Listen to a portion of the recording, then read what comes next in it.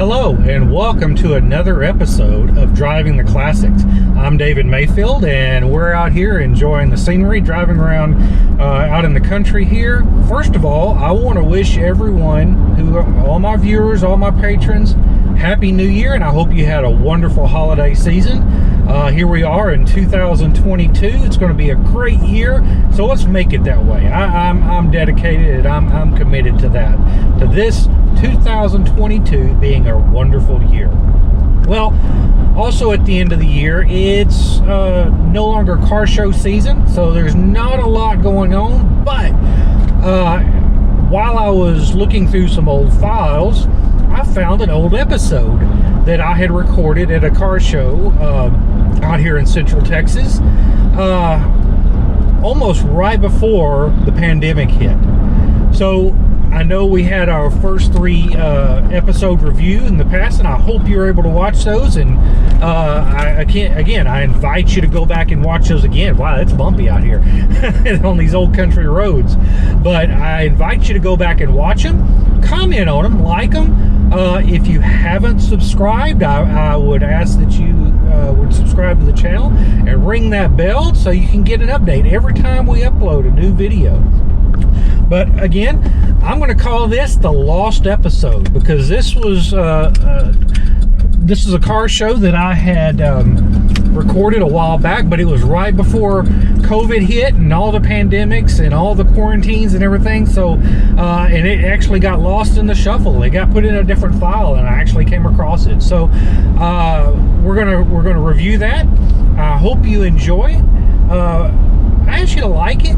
If you like it, be honest and make comments on it. We're trying to make this channel the best that we can, and we want your opinion as a viewer, so we know what we're doing. We know that we're doing what you want to hear, what you want to see. We may not even thought of some things, so we always invite you to comment in the comment section below. Well, with no further ado, here is our lost episode of Driving the Classics.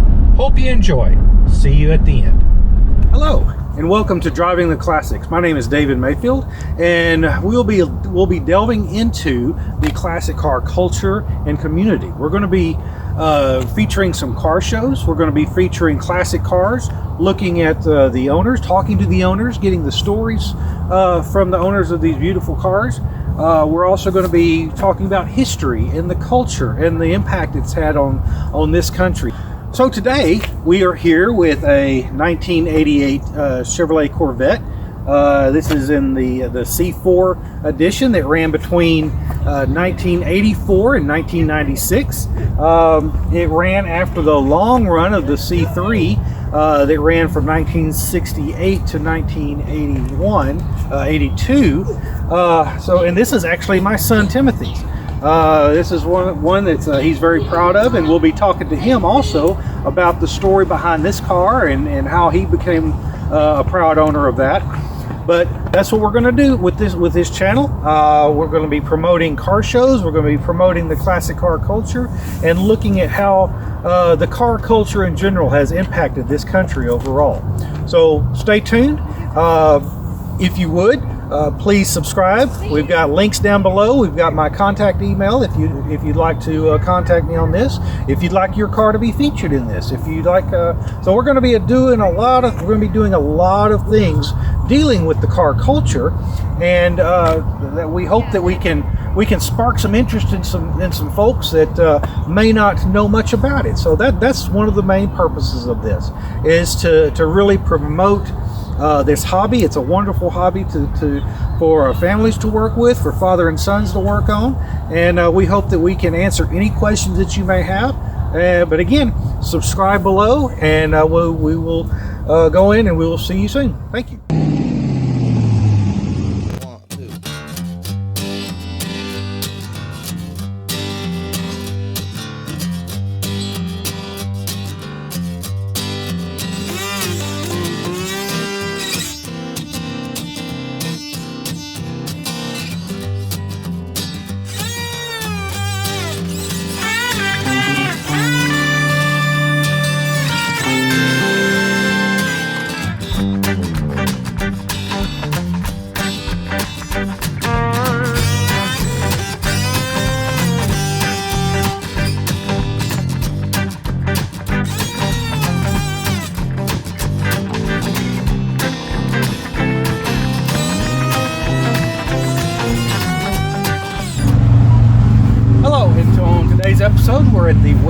Stanley Boyle Shack here in Johnson City, Texas.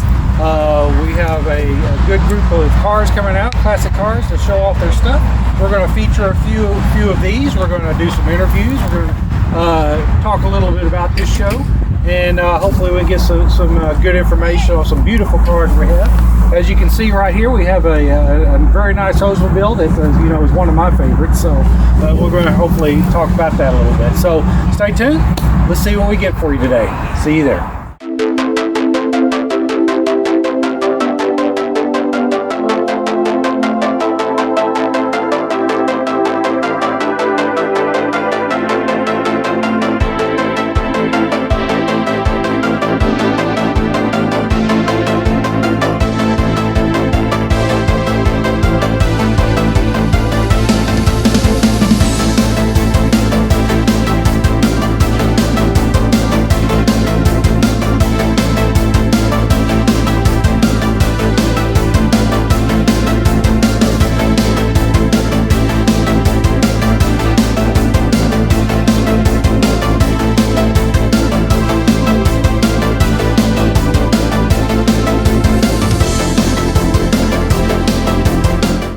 Pulled over. I had my son with me. Back 100. Oh shit! Yeah, I pulled over with my boy. He said, "What is it?" And I told him what it was. And turned around, came back to Austin, picked up a trailer, and went back the next day and bought it. And that's how we are, though. Yeah, that's what makes us. You built a good car. You built a great one. Thank you. Everything's been replaced. Everything. So you've had this for 8 years? Is that what you're saying? Built it for 8 years. Oh, built it. Yeah, it sat in storage for probably 2.5 years.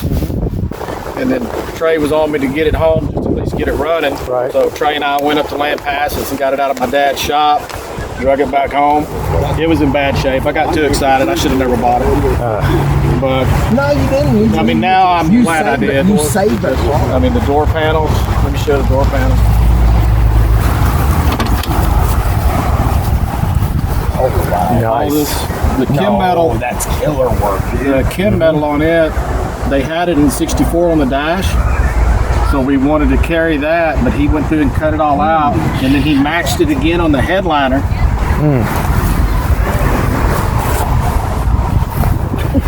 Yeah. This work is sick. It's not very old, is it? It still smells brand new. I mean, Yeah, no, he finished it, I don't know, year and a half ago. Oh, okay. Like Man, that. What do you need out of it? Let's get this going. It's got a Bluetooth. I don't care about no racket. But Yeah. you can't even see it. Yeah. Racket don't even work for me. I hate Yeah, I don't. stereos. It doesn't even have the subs or the rear speakers put in it, just the door panels. We put electric windows in it all the way My hot around. rods over there, ain't none of them got no sound in them. I didn't want one in it. He put it in there. Yeah. But Wow, what a car. Very yeah, nice. between the paints, I mean, I've got 20 grand under the hood. Yeah.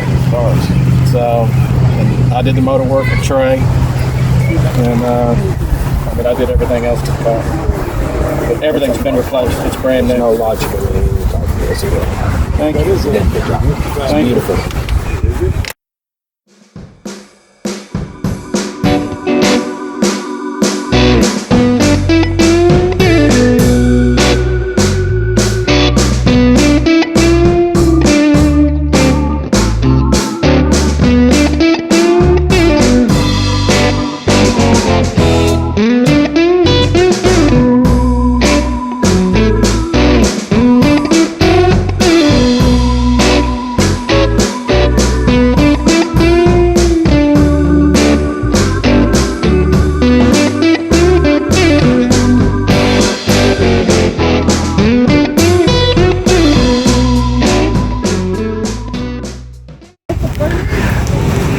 All right, we have Jason and Melissa here this morning, and they've got their 1965 Oldsmobile Jetstar 88, and it's a very unique car. You don't see them very often. So, Jason, Melissa, what is it about this car that attracted you to it? What caused y'all to purchase this? I was actually looking at another car, a Lincoln Continental, but went and saw this one on Craigslist and kind of just fell in love with the body lines on it. Had really good lines, and the trim was excellent on it.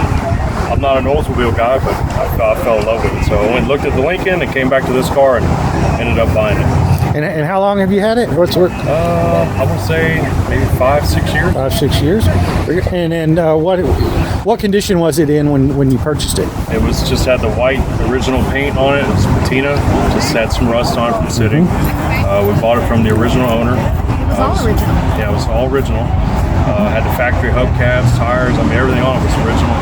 Kind of been neglected, been sitting outside, so I ended up doing some rust repair on it. But all the trim and everything was still pretty good in it. But well, very nice. Now we were talking to Melissa, and she said that you owned another vehicle. What's your other vehicle? I've got a one that's running. It's a 29 Ford Model A. Okay. And well, as I had mentioned, I'm really looking to spark some interest in the younger generations, the 20s and 30s. And what I like to know, for someone who may want to get into the collector community, want to get into the classic cars, do you have any advice for that younger generation that would like to do that? It's hard to say advice.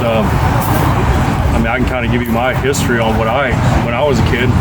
I watched American Graffiti. I watched a couple old car movies, and I just fell in love with the old hot rod style car, and I took it from there. I just learned on my own, and there's every make and model from every year I can name that I just love. It'd be one of my favorites. So, Very good. as far as advice, just get your hands dirty and start playing with them, and believe it or not, they're dying out, and to get into that, it's just a treasure to me. So.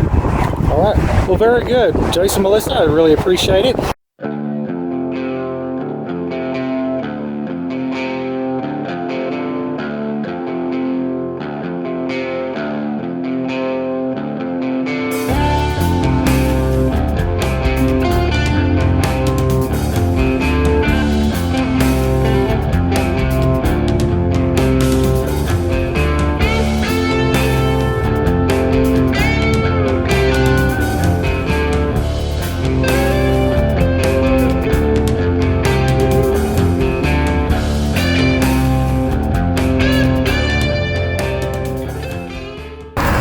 Hi, we're here today with Jeff and Rosa Lee and their beautiful 1955 Buick Special, and we're just going to talk a little bit about the history of where this came from. So Jeff, tell us a little bit about the car, how long you've had it, what caused you to buy this, what is it about this car that piques your interest?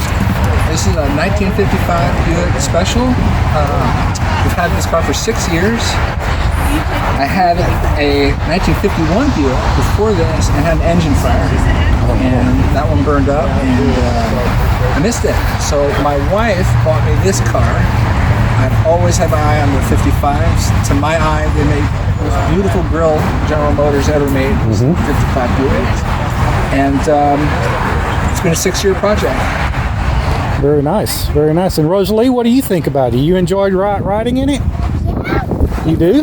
What about this car that you like about it? What is it that you like? Well, that we painted it. Oh, you painted it? What color was it before? It was kind of like a black and white. Black and white? Well, that's cool. Did you help paint it? No. No, you didn't help paint it. I gave it to someone else to paint it. Right.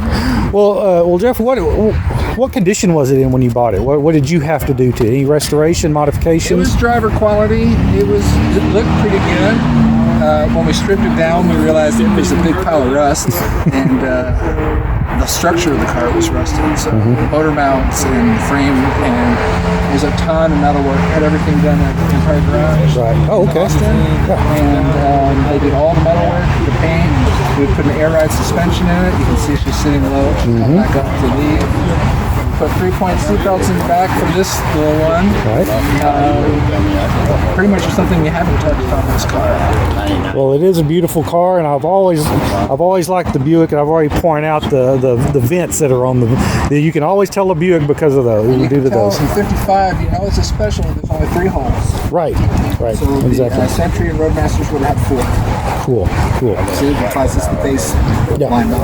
Yeah. Well, Jeff, Rosalie, I do appreciate y'all talking to us today, and I know you're going to have this many years for her to enjoy, so keep it up, Rosalie. Hi, you too. All right, bye-bye. Thank y'all much.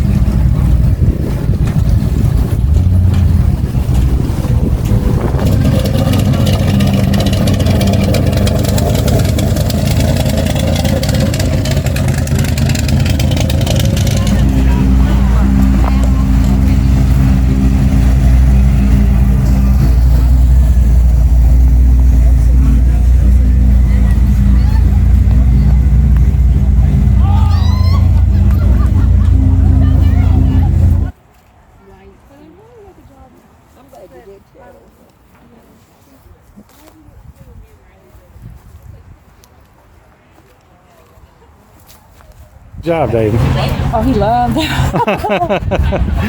David, that was pretty neat, wasn't it? Awesome, awesome. Your teachers. David, look! Oh, it's so loud. David, look over here. Look. Oh, David. Gee. All right. What? Yeah. Oh, yeah. That's great. Kids, and they start doing this. That's great. Dave. Today we're here with my son Timothy and his beautiful 1988 Chevrolet Corvette. Timothy, what I'd like to know is how did you come to be an owner of this? What's the story behind it? And have you done anything to it? How long have you had it? Give us some information on that. All right, so the story on the Vet.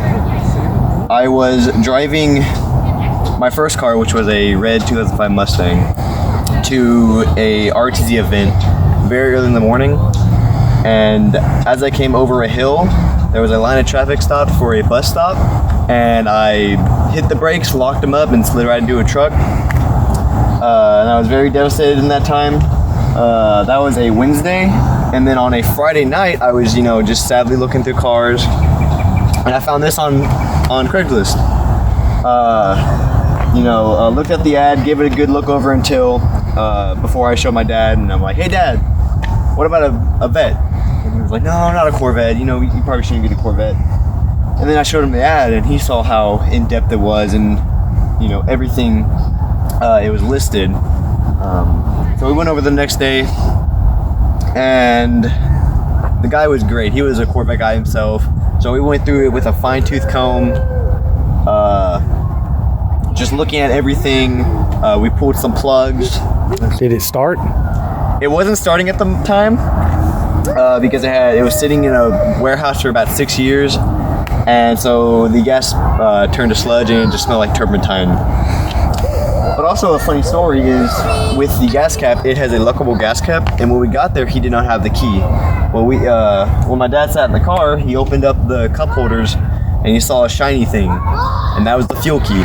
So now we don't have to drill into it, we could just use the fuel key. So when we decided on to get it, and we shook guy's hand, we shook it for $3,600. So really, these are very cheap to get into. A very good car. It's really reliable with the L98 engine and the 700R transmission. It's very reliable. Nothing really goes wrong with it except little minor problems that you can go to the forums for. But it's a very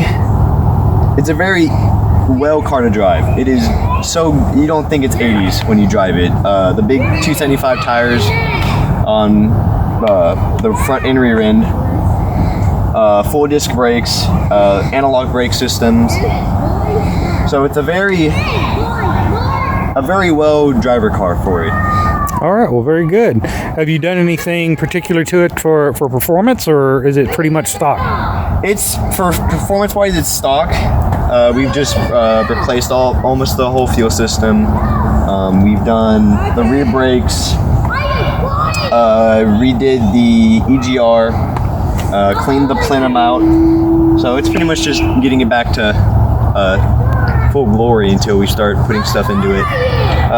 My only plan that's in my head is putting some 375 gears in it, because it does have 307s, and those are really good long or high-speed gears, but not good for acceleration. So I want a little more pep in it, but I'm planning on keeping it fully stock.